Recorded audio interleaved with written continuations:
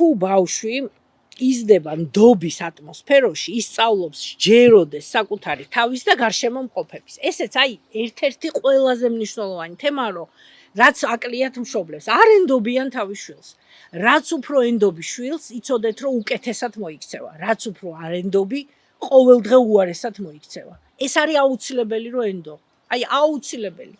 და სულ უნდა გრძნობდეს და პირდაპირ უნდა გაუჟღეროს, უნდა ესმოდეს კიდევაც ბავშვს, რომ შვილო, მე შენ გენდობი, მე შენი იმედი მაქვს, რომ იქ რო წახვა ყველაფერი კარგად იქნება, ჯერა შენი, აი სულ ეს უნდა და განსაკუთრებით მშობლის სიტყვას აქვს, პროგრამაა პირდაპირ, აპროგრამებ.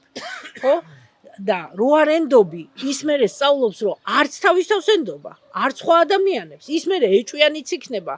რო გაიზრდება, სულ დაუწყებს იმ თავის მეუღლეს, არა აქვს მშობა ქალია კაცია, რომ ვაიმე ისა და სად იყავი და ტელეფონს შეუმოწმებს, თუ არ ენდობა. და ვის უნდა გვერდით ისეთი ადამიანი, ვინც არ გენდობა. არავის, ხო? საბაზისო უნდობლობა ექნება, კი? რომ ვერც სამყაროს აღიქვამს როგორც მტრულგარემოს. და ამ დროს სამყაროს ადამიანი უნდა აღიქვამდეს როგორც შენს მიმართ მეგობრულს და კეთილგანწყობილს. შენ თუ ესე აღიქვამ ჩვენ ქვეცნობიერს, ნახეთ როგორ არის ჩვენი ფსიქიკა მოწყობილი. შენ რასაც ელოდები სამყაროსგან, იმას იღებ. ანუ შენ რისიც გჯერა, ქვეცნობიერი თავისი შემოქმედებითი გზით იმას შექმნის იმ აი თქვა შენ თუ გჯერა რომ ცხოვრება ჯუნგლია და სულ უნდა იბრძოლო და სამყარო შენს მიმართ მტრულია, სულ ქვეცნობიერი მოგახვედრებს მტრულ სიტუაციაში.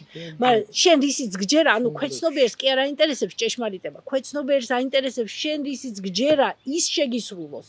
ის სიტუაცია შეგიქმნას, სადაც ის დადასტურდება, რისიც შენს გჯერა.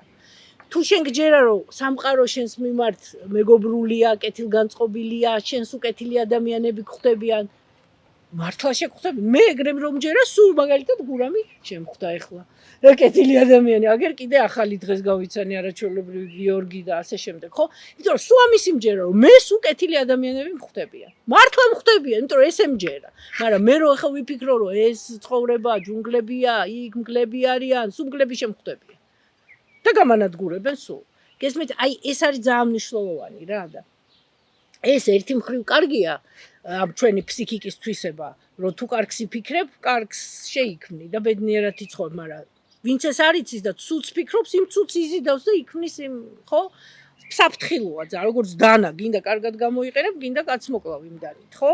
აი ეს ფსიქიკაც ესეა რა, ძალიან მჭრელია ეს ჩვენი და საფრთხილოა. უნდა იცოდეს სწორად როგორ იფიქრო და აი რომ მოდიან ჩვენთან პირველ რიგში ჩვენ მაგას ვასწავლით, აი როგორ უნდა გაუშვან ეს შფოთის აზრები და როგორ ჩაანაცვლონ ჯანსაღი აზრებით, რომ აი ქვეცნობიერს მივცეთ სწორი პროგრამა, რომ ბედნიერად იცხოვროს ადამიანმა და ეს დიდი ხანია დამტკიცდა, რომ მხოლოდ ჩვენი ფიქრებით ვქმნით ჩვენს ცხოვრებას, მეტი არაფრით, რასაც ფიქრობ, იმ ხარისხის არის შენი ცხოვრება. ვერავის ვერ დააბრალებ, ვერც მთავრობას, ვერც მშობლებს, გაიზარდებს, მშობლები აღარაფერ შუაში არ არის. მხოლოდ შენი ფიქრებით ქმნის შენი ცხოვრების ხარისხს. დაბალი ხარისხის არის შენი ცხოვრება, უნდა შეცვალო ფიქრები და ყველაფერი იცვლება რა. ეს ნამდვილად ესეა და უკვე ეს მეცნიერულადაც დამტკიცდა ექსპერიმენტულად და ნუ ყველანაირად.